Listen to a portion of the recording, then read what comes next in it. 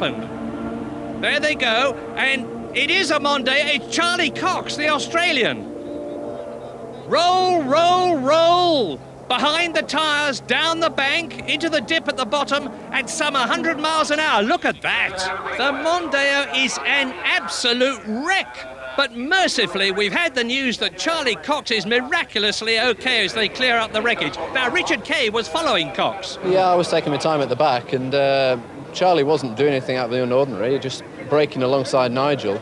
And as soon as he hit the brakes, it's as if one rear wheel locked before the rest, and it just kept on locking and went off into the grass and rolled various times. So, I mean, it's a big accident, definitely. It certainly was, and with the relieved knowledge that Cox... Problem with his two-way communications, if not the race car. Jack Arute, what's the story? Well, Paul, believe it or not, it's a radio problem. The report was that he has a problem with his radio, so what they're going to try and do is bring him in and see if they can cure it. So very important to have radio communication for 500 miles. Here he comes in the... engine cover. Listen to Derek Walker. He'll instruct Robbie and the crew as to what they need to do. Deliver the radio when he comes in. Saying he'll switch to the good radio. You can watch it unfold here. Listen to him, something in the front there. Probably very important to say that we are listening in. We don't have equipment connected to that system. We're passive listeners. What he said.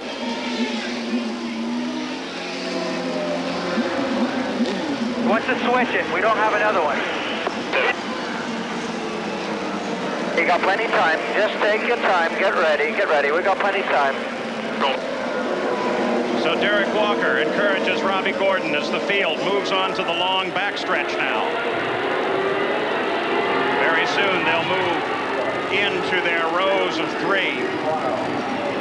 And hopefully Robbie Gordon will be able to catch up to the remainder of the field before the start. He still has about a mile before the front row reaches the green flag. Very nice alignment here in 4. Robbie Gordon still sitting in the pits with radio communications trouble. The pace car begins now to accelerate. Scott Brayton, the pole sitter, leads the front row around. Good alignment on the front row. Pace car is off the track now. They're a bit straggled beyond the front row. Brayton begins to accelerate. There's the green flag. And the 79th running of the Indy 500 is underway as Scott Goodyear sweeps across the outside and into the lead. Ari Lyondike ducks into second place.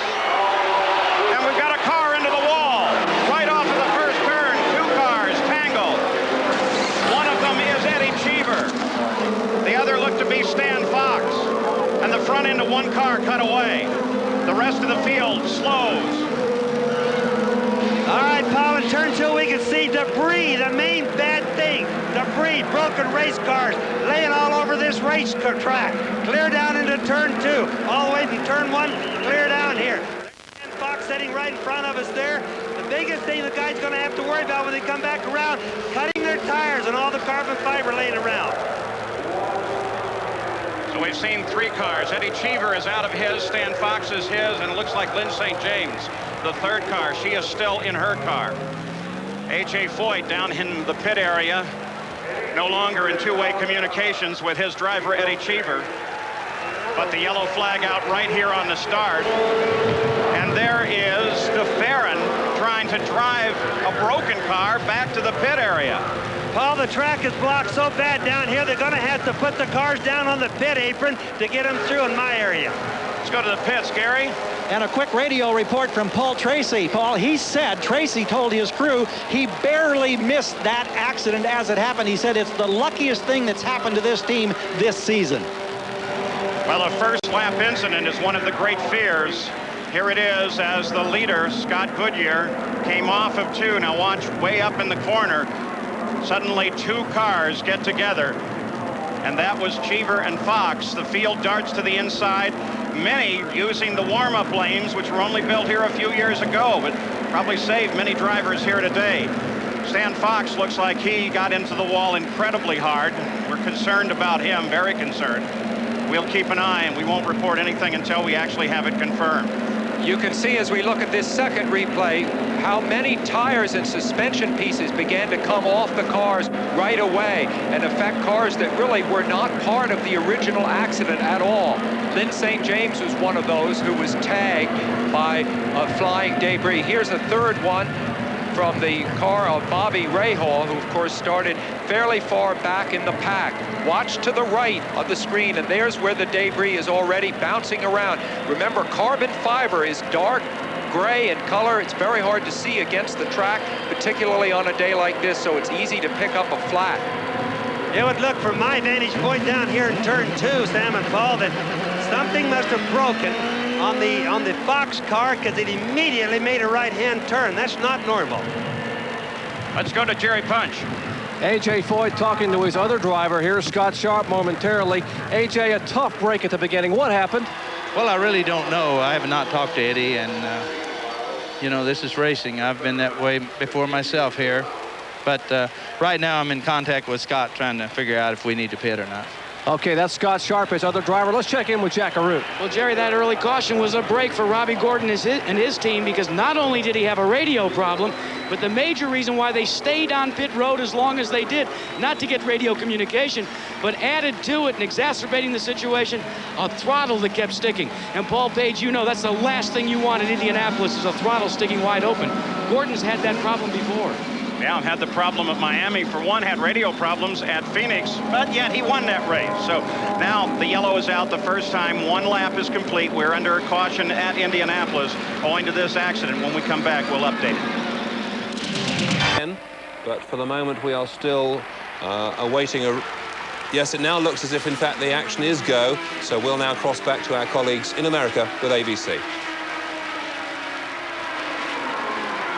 Dyke immediately starts a challenge on Goodyear. Michael Andretti is third. Scott Brayton is fourth, and Lyondike sweeps across the front.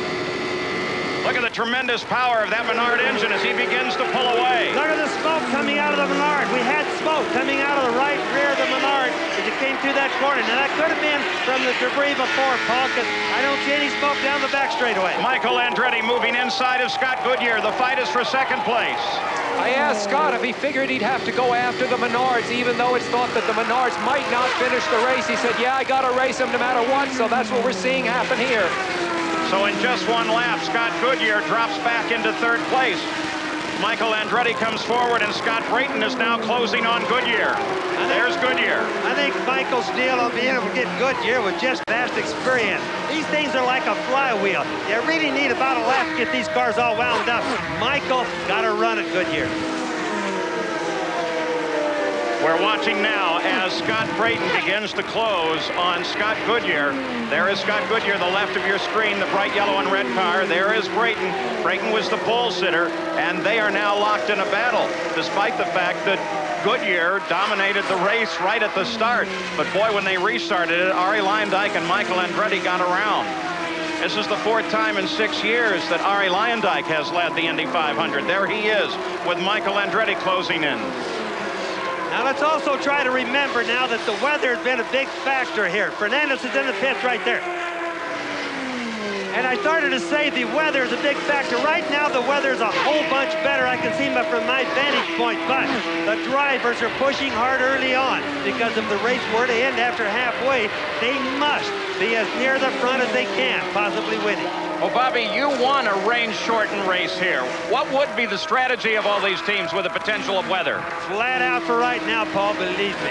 All right, let's go to the pits. Jerry Punch. Actually, we're back in the garage area, and Eddie Cheever able to walk away. Eddie, what happened out there on the first lap? I was on the outside of Stan, and I was already starting to look at corner 2, and he just turned sharp right. It almost as if something either broke in his car or somebody pushed him.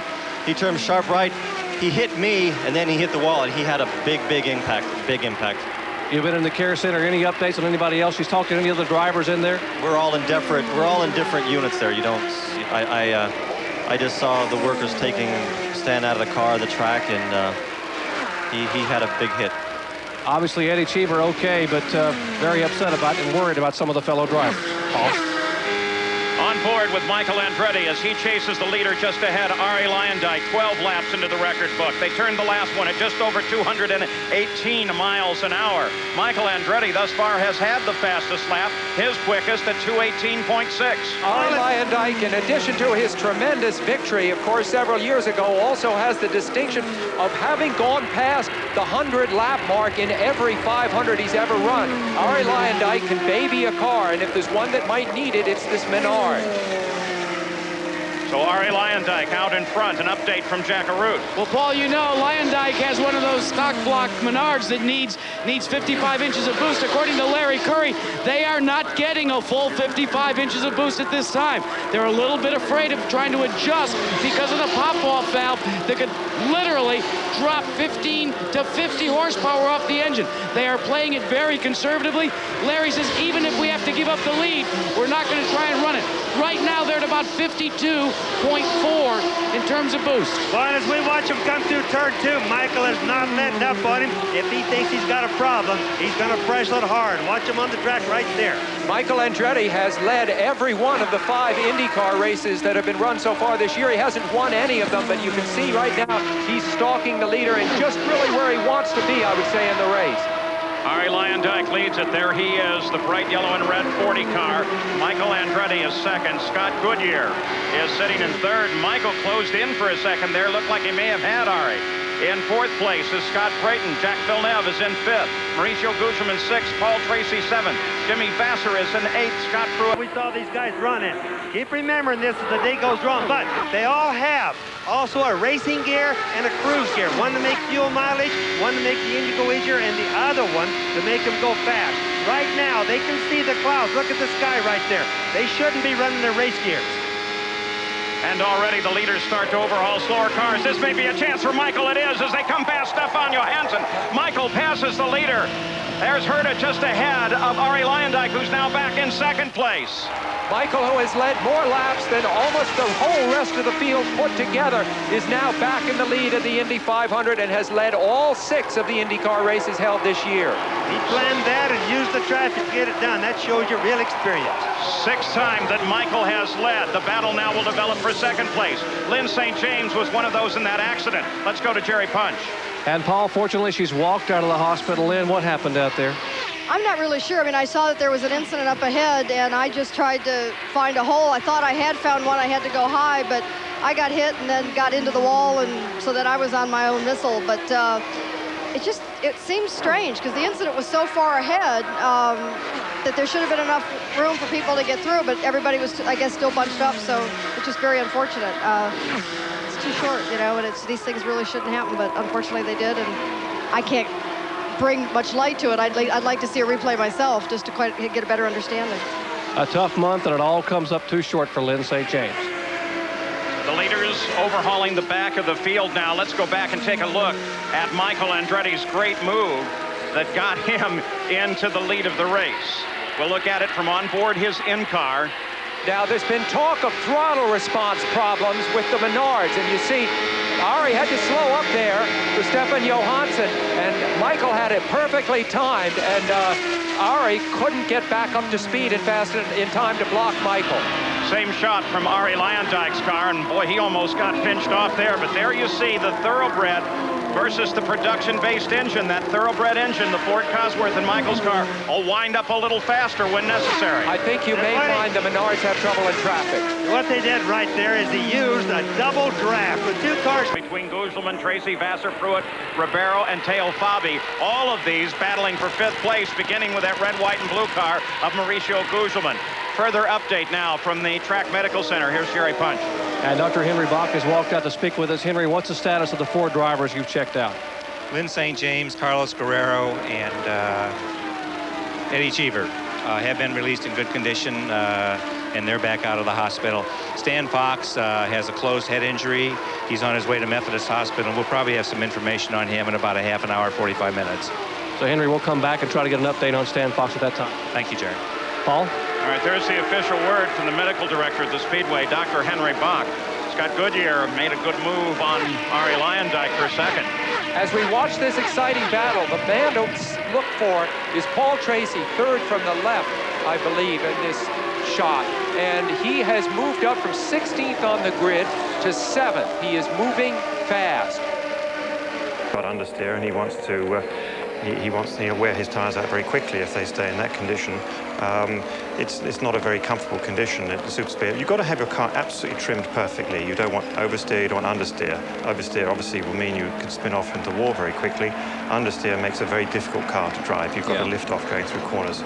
So it's still very early days. Probably the real racing will start in the last 100 miles, so they can play around, afford to play around, especially as he's at the front of the grid.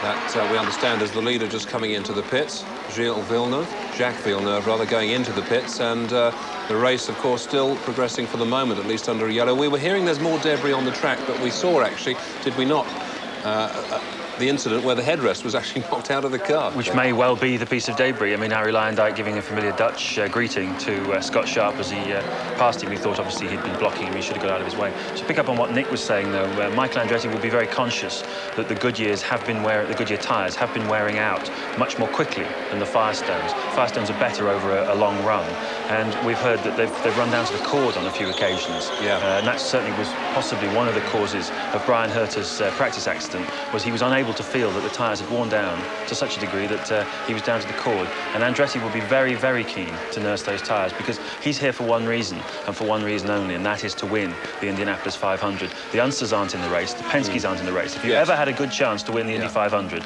this is it. And after the sort of series of events that have happened to him there, this really is, as you say, his opportunity. He's been so close so many times. It's like when we did Daytona, we talked about Dale Earnhardt, the Daytona 500. He's led the race, he's been within reach of it, and then at the last minute it's all gone away from him.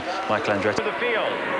Well, that's got to be a disastrous thing. I'll guarantee you, Barry Green is going to really worry about this one. This is a serious penalty. So Andretti leads, Goodyear second. With that penalty, Ribeiro moves up into third. Now here's a look at them trying to get Villeneuve about 10 minutes ago behind the pace car. Now that's Villeneuve on the outside of the pace car. He went by the pace car. Now he's coming back to it. So far, he hasn't broken any rules. And the move of not following those orders precisely cost him 2 laps in the race, and he has dropped well down in the field. In fact, out of the top 20. So Jacques Villeneuve with a tremendous penalty. They haven't assessed one like that in several years at Indianapolis. Now he runs in 24th position. The leader of the race is Michael Andretti. We'll return with more of the Indianapolis 500 after this message. And a word, his second stop of the day. And Michael Andretti assumes the lead. He was closing quickly on Guzman as he slowed down, and then Andretti came into the pits as well. Now, Andretti last made a stop just 10 laps ago. So this stop for Andretti is not routine. Guzman's stop is. Here's the Andretti stop. We're under the green. Michael, when Guzman slowed down, you saw him get out a little bit there, and he reported that he touched the wall, so he headed right down into the pits. That won't make Michael too happy. He's going to be screaming about that, saying that Guzman caused him to do that. And I don't know which side is right on that one. Remember at Miami earlier in the year when Michael rode for several laps after contact with the wall and another car? Here's Michael in the pits still. They're really looking it over. Obviously. Jacques Villeneuve comes into the pits. Of course, he has not been a factor since that 2-lap penalty. He dropped down to 27th, now runs 19th as he came in on this stop. They're still working on Michael's car. He's obviously told him that it didn't feel good after he touched the wall. Of course, we don't know exactly how hard he hit the wall, but it meant something because Michael has a super good feel for things like that. Villeneuve back into the fight. The terrible Andretti luck. Michael Andretti climbs out. Many thought this was his best chance ever. Well, and Michael Andretti's out of the car. I think this is sad for everybody. I mean, you just really know. He's really controlled this race, really been quick, and we all thought he might win this one. He was driving just the kind of conservative race Let's go to Gary. Michael Andretti has come over the wall. We believe that it was a rear wishbone. We have the video contact where he was trying to get around, we believe, Gugelmin, and apparently got the rear up there. They believe it's a bent suspension. As soon as he gets the helmet off, he's huddled with Tim Bumps, his crew chief, his engineer, Peter Gibbons, his wife, Sandy, is there, and we'll try to get a comment. Boy, we thought maybe the Andretti jinx would be passed, but apparently that's not the case, Paul. Let's take a look at that replay. Maybe we can see exactly what happened to Michael. I'm sure that's what he's waiting for, as no, we've got another car in trouble. Looks like and the yellow comes out. Sharp. Yep. Now here is Michael Andretti. Yeah, that's not a brush, that's a solid hit. So as we come back to live coverage, that is Scott Sharp that you saw just get into the wall just before we ran Michael's replay for you, and the yellow light is out. This is the third caution period of the day. Scott Sharp obviously okay. His rescuers are right there. Let's go back to Gary Gerald. The helmet has come off, and Michael, I don't know what to say. Every race this year you've been a leader. What happened in this situation? I guess Mauricio was coming into the pits because he slowed down, and I had to run, and I went to the outside because I didn't want to hit him, and it's like ice, and I hit the wall. How had the car been performing up to that point? Beautiful. Best I've ever had here. The car was great. Was this your best chance to win the 500? It was one of them. One of them. The story in the eyes tell you so much. That's what happened when a car gets out of the groove. Now you can watch right here. He's coming out. He's out of the black, what we call the groove. He's in the gray. The car just doesn't have as much adhesion. His tires probably aren't very new, and boom, look at the right front. Hit the wall fairly hard, even though it didn't bend anything that's obvious to us. All right, now, here's another view. That's Gugelmin as he was trying to... Well, no, actually, Gugelmin was way down low there, and there you saw Michael as he came up, brushed the wall, hit it hard enough to do damage and to take him out of the race. But what happens in a deal like that, Paul, is that shot really started way back in the short chute because of the speeds that we have. So Michael got out into the gray and just couldn't get it back down into the black. What all this does is gives Scott Goodyear the lead, moves Gugelmin to second, and Paul Tracy to third. This was Scott Sharp's situation. Same place on the track coming off of the fourth turn. You know, that could also mean that there's some fluids down there, Paul. We should think about that, too. You know, a little water, oil spillage that you can't see. Well, you heard Michael say it was very, very slick there. You saw that Scott Sharp was okay. But we'll keep an eye on that section of the track as the United States Auto Club officials are. And we're under the third yellow, the third caution period of the day, with Goodyear as the leader. Followed by Tracy, and then the rookie, Andrew Ribeiro. And we're green. Here we go again. Looking for Gugelmin in the middle of all that. There he is, swinging to the outside. That's Rahal just in front of him. Dangerous part right there, Paul, whittling his way up through the pack like that. He's right in the middle of it for a while. Paul Tracy, just a few cars back. Runs in second place, Ribeiro third, Sullivan fourth. Sullivan, the teammate to Gugelmin, the leader of the race. Gugelmin and Sullivan both run for Pac West. They're doing really well.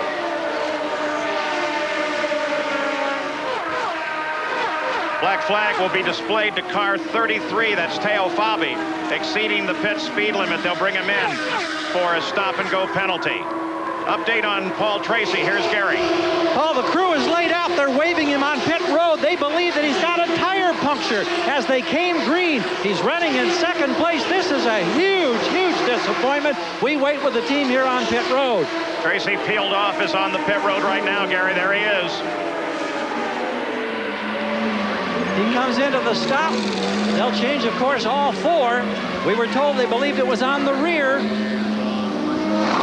Oh, costly, costly stop now. Of course, they top off with fuel. They're holding him, holding him. They're making a Wickerbill change on the rear wing. It's complete. He's gone. How many spaces did he lose on the racetrack? That's going to be the key. Well, he dropped down to ninth place as he headed out. He'll drop further as he comes back up to speed. Oh, and there is Johansson, loses it. Bobby, what happened there? On the pit apron. Paul, I didn't see it. I honestly didn't see it down here. I was into the monitor. I did see it there. Right rear is flat there. Yellow flag is out again. It looked like a tire exploded, but why and how did it happen down on the pit apron? So Stefan Johansson, look at his helmet there. You see those markings on the side that are blue? They used to be green. Team convinced of green was bad luck in Indianapolis. Changed the color. Here's a replay. Watch Johansson. Now he's clear down on the apron. Right there, right in front of us there. Oh, right rear went. All of a sudden, the right rear tire shredded. That means it was probably low, out of air, and when they're like that, they just come apart. Then, of course, he has no direction. Now, it also could have been that he ran over something, and then they look like they explode. So obviously Stefan Johansson is okay. The pits are closed until the pace car groups everybody up. Gugelmin is still the leader. Ribeiro is second. Was brought around to his pit. They did the repairs to it, and Johansson should be back in the run. Dwayne Sweeney gives him the green flag, and here we go. Gugelmin the leader. Ribeiro 2 cars back. Scott Goodyear trying to move on Ribeiro. Sullivan is 4th. Gordon is 5th, back on the leader lap. Christian Fittipaldi, Gordon's teammate, is 6th. You ride with Scott Goodyear. We talked about expecting the unexpected, and certainly here we have a second-year man in the lead. Gugelmin, Ribeiro, a rookie following him, and they're both in good shape. Not a fluke situation at all.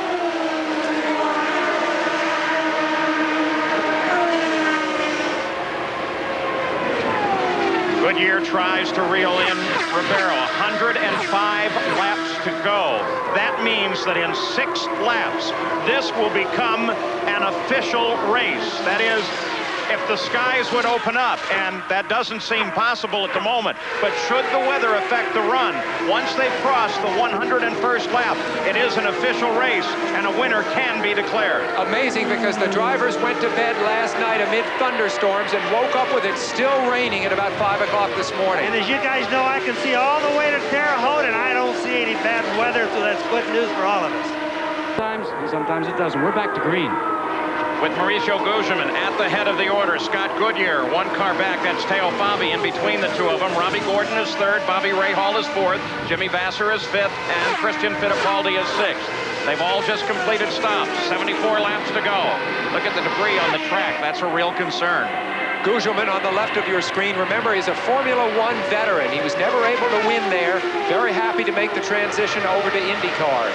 This is the best race that he has had so far since he came to IndyCar racing. Now, your weather guy's going to give you another update. The weather looks good. I don't think it can rain for the rest of the race. That would be great news for everybody here, if it's right. If you're not the typical weatherman, Bobby. Your Albuquerque weatherman's always right. So Gugelmin has now completed 3 pit stops thus far in the race. He should be able to finish with just 3 more, depending on the yellows. Now for these cars at the front of the order, especially for Jack, as he leads Scott Pruitt down the backstretch. They talk about Jack entertaining offers from Formula One. Of course, his dad was a great Formula One driver for Ferrari. He was killed in the early 1980s. It'll be interesting to see whether Jacques makes that move or stays here in IndyCar racing. Look at Pruitt as he takes the lead, and the yellow comes out. Wow. Look what that does. That means that the pits close. We've got Davy Jones into the wall. It means that as he was going for the pits, Pruitt was able to pick up the lead from Villeneuve. Then Villeneuve saw the pits were closed and veered back out onto the racetrack. Will he have enough fuel? But a good call. Will he have enough fuel, though, now? Let's go to Jack Arute. Sam, you're exactly right. We saw it happen one time before with Scott Pruitt. Their concern on Team Green is they wanted to run this one as far as they could. They cannot afford to have the pits closed for more than 1 lap because they have to come in and take on methanol as soon as possible. Unbelievable. There you see them ready to refuel the car and unable to do so with the pits closed. So they wait at Team Green, hoping that they will get this field gathered up quickly and Jack can get into the pits. Remember, that was his problem before, but they don't have him gathered up. The pits are still closed. You see the sign, no pit. Now, he is at reduced speed. That's going to help him a little bit. That helps him, and if this works out, of course, that projects him that much closer to the end of the race. Another thing you guys want to keep in mind, these fuel tanks, the pickups on them are made to pick up the fuel when they have centrifugal force going around the track. Sometimes when you're running slow, they quit picking up fuel. Let's hope they don't get the air now. All right, here's the view down from the blimp. That's Villeneuve in the front of the order here. Now watch, he started down into the pits. When he slowed down, Pruitt took over the lead. Then he saw the yellow and stayed out on the track. Boy, was that quick thinking. Boy, quick thinking. I think the officials are going to have to do some rethink on some of these pit stop no's. Now here is a situation with Davey, who just got high coming off it too, right in front of the VIP suites. And up against the wall. He appears to be okay as a result. Here's another view of it. He had, Davy Jones did a very decent race going for himself. You've seen him able to hold off Bobby Rahal. You see him now above the groove there in the center of your screen. He's in deep trouble already, I would think, wouldn't you, Bobby? Yes, no and once you get that far into the gray, where you pass the apex on the corner, near the exit, that's it. All right, so the pits are now open, and we expect Jacques Villeneuve to head down into the pits. There he is. In fact, I can see him in there. He's about the third car in line. Well, what you have is all three of the leaders heading into the pits. Pruitt, Goodyear, Villeneuve. Whoa. You have a situation where all the leaders come in. Keep in mind, gentlemen, the Team Green 2 years in a row have put Jacques Villeneuve and their team atop the pit stop competition here.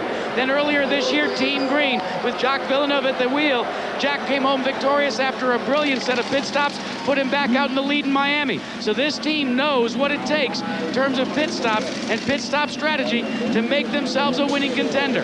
They clean off the debris, they hold them as long as they possibly can, taking on as much fuel as possible.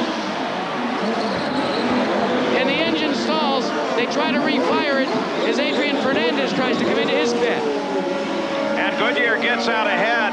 A traffic jam there right at the pit as Villeneuve tries to get away under this caution. There he is, finally rolling out. Bobby Rahal rolls out behind him. Boy, another bad problem for Villeneuve, who has not had the best of luck today, but seems to be able to outdrive it. For fuel, so we have to kind of follow along and watch their concepts. Just 32 laps to go. Now is the time when the crew will turn them totally loose and say, race it on your own, as Jimmy Vasser picks up the pace. Matsuda heads into the pits as they come back to green. Vasser passes him. Pruitt fans out on the right. Pruitt moves to the inside. That's Goodyear sliding in just behind them. Pruitt can't get it done. Drops 2 wheels below the line onto the rumble strip. Battle for the lead at Indianapolis.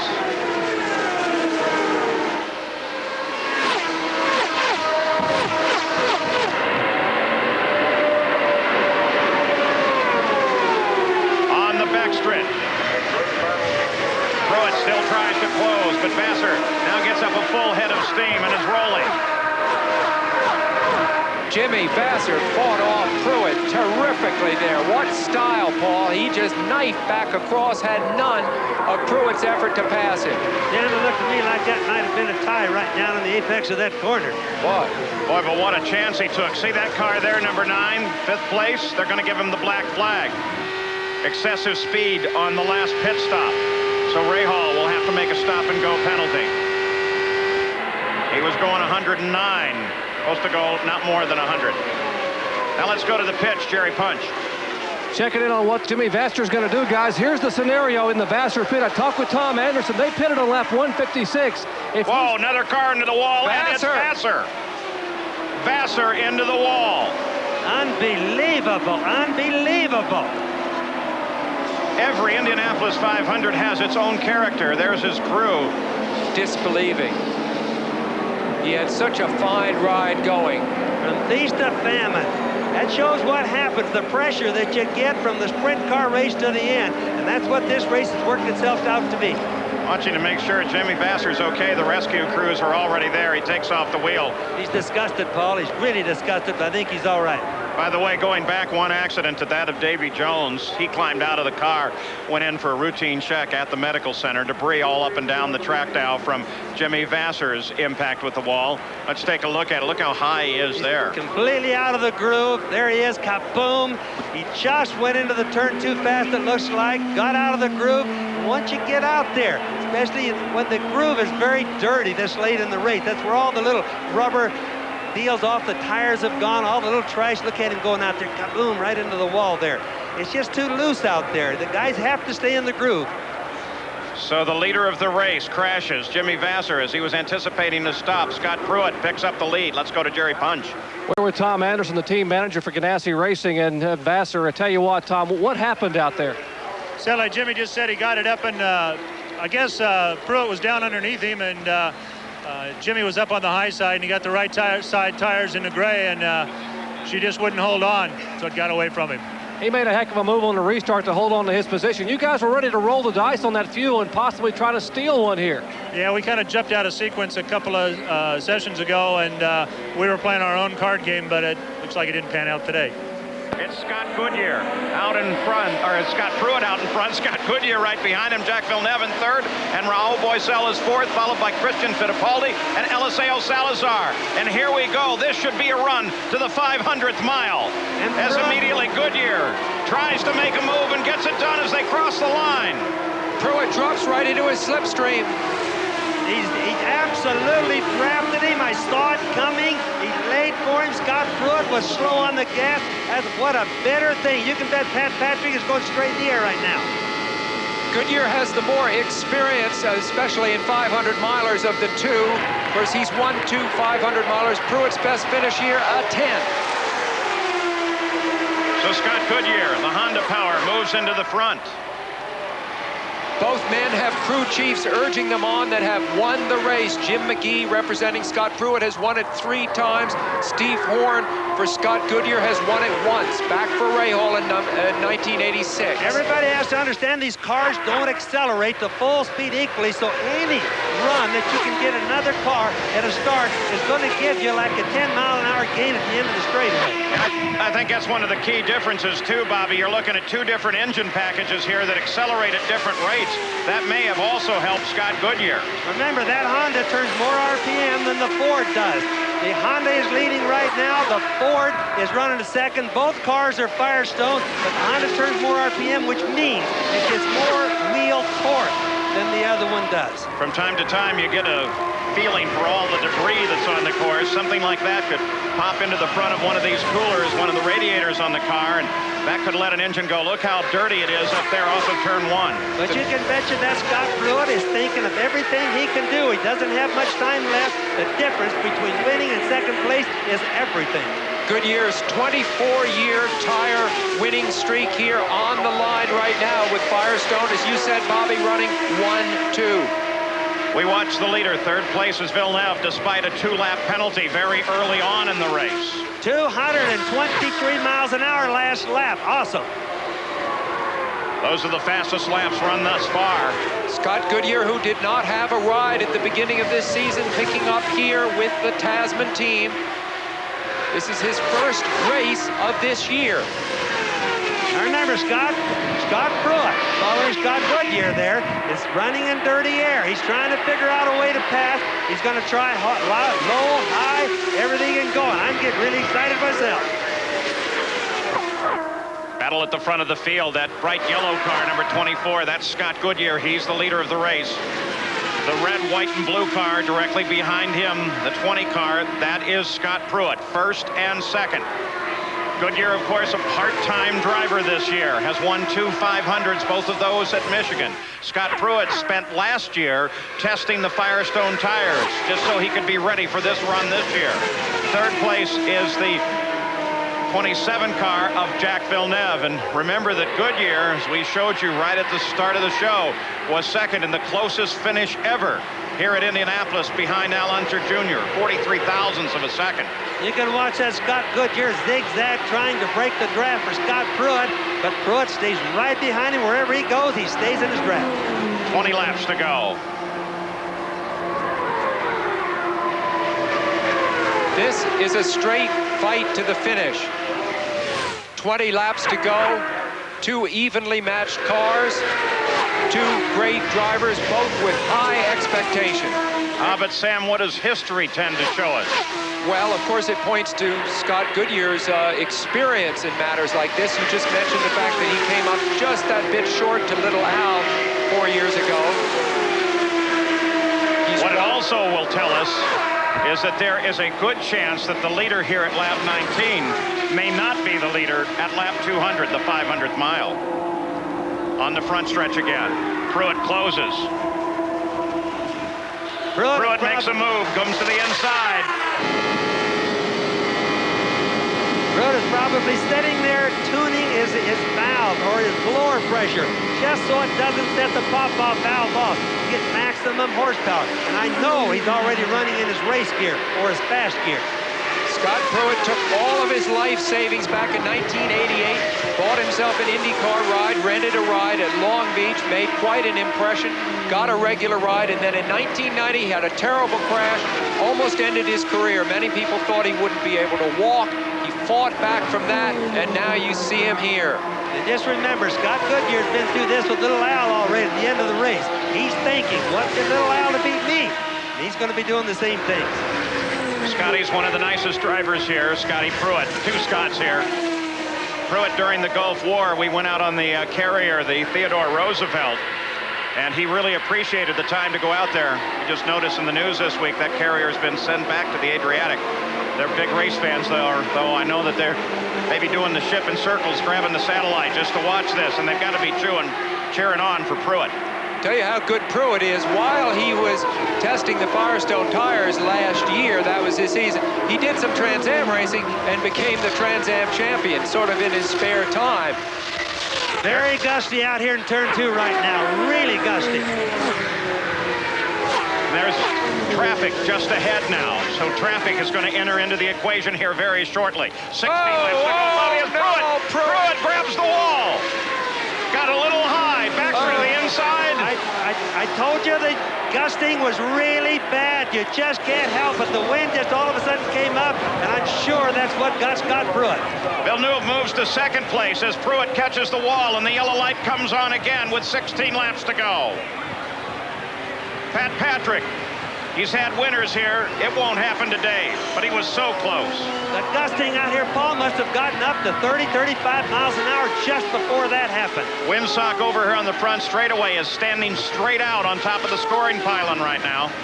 Bobby, he was having to really drive the wheels off that car to stay with Scott Goodyear, wouldn't you say? We knew that it was going to be what we call a trophy dash right to the end. I can't knock what Scott Pruitt did or tried. He tried the best he could. I really think he got caught by a real heavy gust of wind. So Scott Pruitt, with 16 laps to go, catches the wall. Let's watch for him. He just came through there, and you can just see almost hit the whole wall sideways, or hit the car sideways, right almost even. The rear end was out just a little bit. It's just a gust of wind, I'm sure.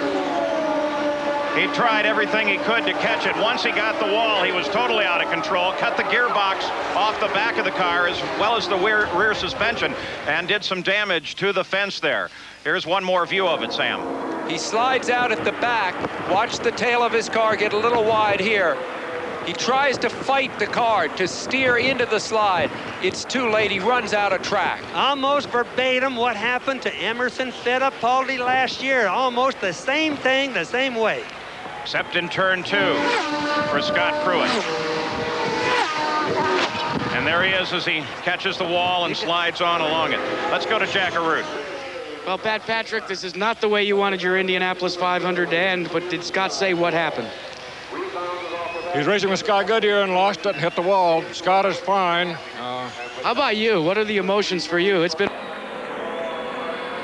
All right, here's one more look at the situation with Scott Pruitt. He's the car there on the right edge of the screen. He's chasing Scott Goodyear coming into turn 2. You can see, Bobby, he was in trouble on the approach into the apex of the turn. Well, that's what happens when you have that bad wind, but boy, it's a bad wreck. Second place is Jack Villeneuve. Here's Jack Arute. And the second place team manager and owner is Barry Green. Does he have anything for the run to first place. Well, Jack, we're going to wait and see now. I mean, we're pretty excited about being back up here after our fight to get back after being 2 laps down early in the race. The whole team, the players' team worked real hard. Well, what do you tell them? What do you tell them before they drop the green flag? Well, we've had a good talk to him. He knows who's in front of him, who's behind him, and he's just hopefully the track will come to us. He's getting ready for the start now, Jack, so I'm going to go back and join him. He doesn't have any lucky socks, guys. He's just got his fingers crossed. And look at this. The first 4 cars are right together on the track, approaching the 500th mile. All 4 are right together. There's Goodyear, that bright yellow car. That blue and white car. That's the second place car. Now remember Scott Goodyear against Al Unser Jr. in '92 by just inches. He lost to Little Al. Now this may be his day. That was the closest finish in history. Villeneuve, on the other hand, let's not forget, was Rookie of the Year last year and finished second. So there they are lined up, first through fourth. It will be a sprint to the finish, 12 laps to go. They're going to keep them out 1 more lap. The crowd, for the most part, on its feet. 4th and 5th are right there as well. Rahal, Gugelman being answered with Goodyear on Firestones here in front. And talking about wide open competition, it's been unbelievable here today. Scott Goodyear may be on his way to a win at the Indianapolis 500. We should go green after this. Paul, when you asked me to handicap the 2 drivers before, Scott Goodyear, Scott Pruitt, we talked about their relative experience. And in fact, he is Canadian. If he can win, be the first Canadian to do so. But remember, Villeneuve is also Canadian. And Salazar, then Fittipaldi. He blew the pace car right off. No, that can't be right. Can't do that. Pace car was too slow, Paul. He needed to get a run. But they gave him the green flag anyway. Dwayne Sweeney is waving the green flag. Goodyear got a run on the pace car. I think it was only a normal deal. The pace car just wouldn't accelerate. He just went too slow. Jack Villeneuve was not anticipating that. And as a result, Goodyear got a good run on him. Now that's Arie Luyendyk that's moving in there. He is not part of this battle. Luyendyk runs in 8th place, a lap down. But now he pokes his nose into the fight. that was a savage setback for Villeneuve. Scott Goodyear going into turn 3 had to get moving. He couldn't wait any longer. Otherwise, the same thing would have happened to him that happened to Scott Pruitt before. And Rahal got around Salazar on that restart as well. And that puts Rahal up into the fight. The green car in the center of the screen is Eliseo Salazar, who's running in 3rd. Now that's Christian. No, that's Christian Fittipaldi. My apologies.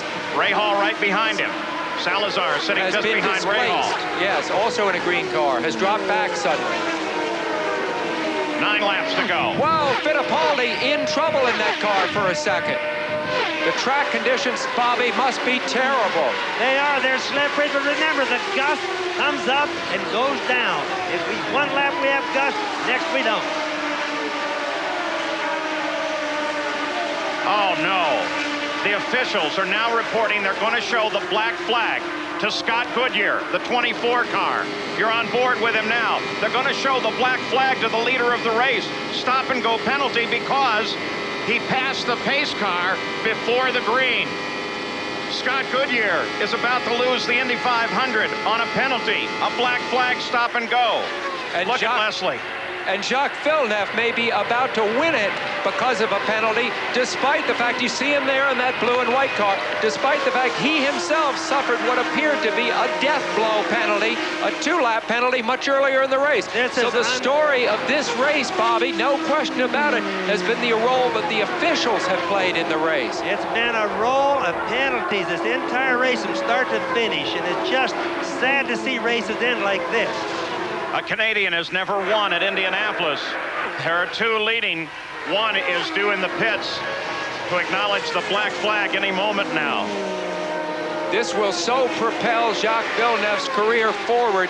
You will see Formula One teams make million dollar offers, huge offers for his talents for next year. Will he go? That's up still in the air. Villeneuve in front. Fittipaldi. Christian Fittipaldi runs in 2nd, 7 laps to go. There's the black flag being given to the leader. And we talked about the changing of the guard. Here is a sophomore, 2nd-year man running 1st, and a rookie running 2nd.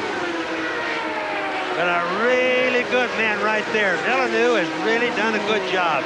Penalty down 2 laps today. Now leading the race, could possibly win. Unbelievable drive. Last time that a driver won in his second start, should Villeneuve do it, was Rick Mears, 1979. Is that a prediction of what this driver may be? Scott Goodyear is ignoring the black flag now. He has not yet turned in. Christian Fittipaldi, he runs second. A rookie. Ray Hall is third. He's probably having a hard time believing it. If I were him, I would too. It's such a sad thing. But it can only add to the penalty if he doesn't answer it, doesn't Bobby? He can't really stay out there hoping that they'll change their minds. Oh, you're certainly right there, Paul. According to them, he did break the rules. It's just sad to see something like that. Pace car should never be figured in to a race win. Jack Villeneuve running at 207.4 miles an hour on the last lap. 5 to go. Car 27, the number his father carried in Formula One. That's Arie Luyendyk staying right there with him. Luyendyk is a lap behind the lead, running in 8th. Villeneuve knows that he's not in the contest with Luyendyk, so he's not going to pay that much attention to it. He's more worried about keeping his car on the track, worried about the wind gusts, things like that right now. Now, despite the fact that the black flag has been displayed, they've not yet taken an action with regard. Final time in front of Bobby Unser. Going by us, and he's looking really good, Paul. No problems. Arie Luyendyk staying right there, wants to get in that winner's picture. Jack Villeneuve on the backstretch. The magnitude of his achievement. Listen to the roar of the crowd. Back from 2 laps down. Only his second year. One more turn. The first Canadian on his way to winning the Indianapolis 500. Jack Villeneuve on the home stretch. And the 79th Indy 500 has been won by Jack Villeneuve as Arie Luyendyk screams by on the outside. The young Canadian has taken the win. There's second place, Christian Fittipaldi. Third place is Bobby Rahal. Eliseo Salazar finishes in 4th. Robbie Gordon comes across the line in 5th place. And look at the despair of Leslie Goodyear. The jump on the pace car cost Goodyear the 500. Let's go to Gary. Barry Green, tell me the emotion of coming from 2 laps down to win the Indy 500. What a fight. What a driver. I mean, geez. Have you ever seen anything like this in your long career? We just won the first 505-mile race, huh? I got to get down to Victory Circle. What was the thought when the black flag came out for Scott Goodyear? You know, a bit of bad communication maybe on our part. We should have made him aware he's in P1, but we're going to get down there and enjoy it. Thanks, guys. Savor it. Barry Green's on the run to victory lane. Jack will be there momentarily. Christine Horn consoles Leslie Goodyear. Christine is the wife of the team owner, Steve Horn. So close, and yet so far away. This was perhaps even closer than the closest finish ever. There's the restart as he screamed past the Corvette pace car, and once he was past, Villeneuve actually slowed down, kept it legal, almost cost him the position as Fittipaldi moved on him. So the race has been won, and Jack Villeneuve is the winner.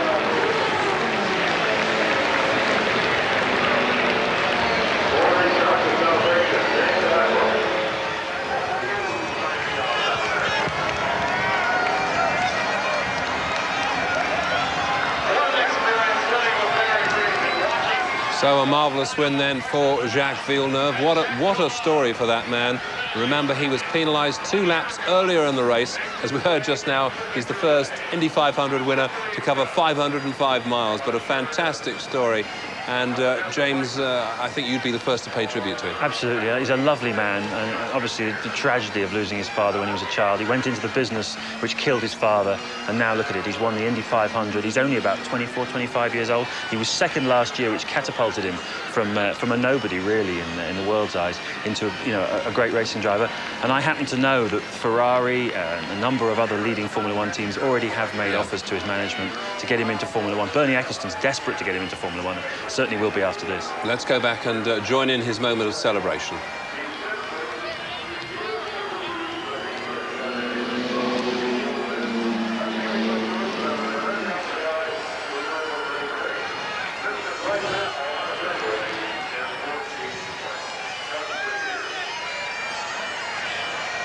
So So the 79th running of the Indy 500 is complete. A Canadian wins for the first time.